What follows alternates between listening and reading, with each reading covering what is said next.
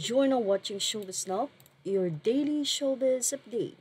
Pumalag nga ang direktor na si Ronaldo Carvalho sa pagpasok nitong si Kim Domingo sa serye na Coco Martina Batang Quiapo.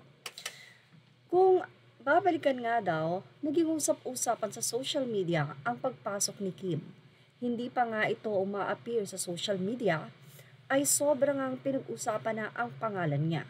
Ganon katindi ang Batang Quiapo na talagang kapag pinasok ka dito makikilala ka agad kahit kapapasimula mo pa lang bilang isang artista. At dahil matagal ngang nawala si Kim Domingo sa telebisyon, marami nga ang na-miss o nakamiss dito kay Kim. July 16 nang ipilabas nga ang unang episode ni Kim sa Batang Quiapo bilang si Madonna.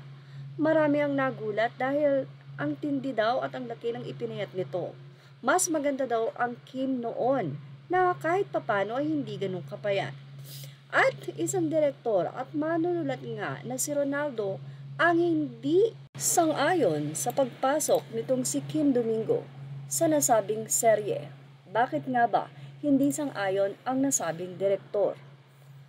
Panimula pa niya ay napasok na rin pala ng pokpok na ham actress na isinuka ng GMA7 ang teleseryeng Batang Quiapo. Yan pa ang naging say ng direktor na sobrang layo daw ni Kim Domingo sa actress-vlogger na si Ivana Alawi. Dito na niya sinabi na sayang umano si Ivana dahil aalis na nga ito sa serye at mas magaling pa raw umano ito kay Kim. Anya pa, sayang kasi umalis na siya si Ivana Alawi sa shows as Bubbles. Si Ivana na tunay na maganda, sexy at tunay na mahusay na aktres.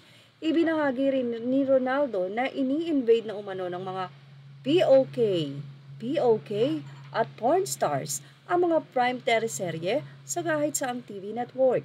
Dagdag pa niya, hi, ini-invade na ng mga POK at porn stars na walang talent sa acting at all ang mga prime teleserye.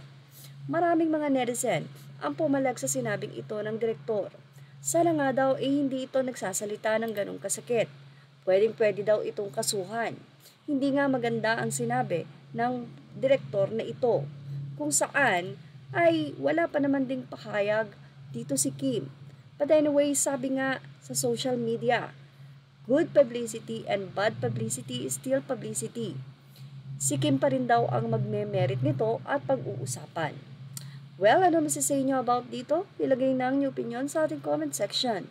Images are all credit to the rightful owners. Thank you for watching Showbiz Now.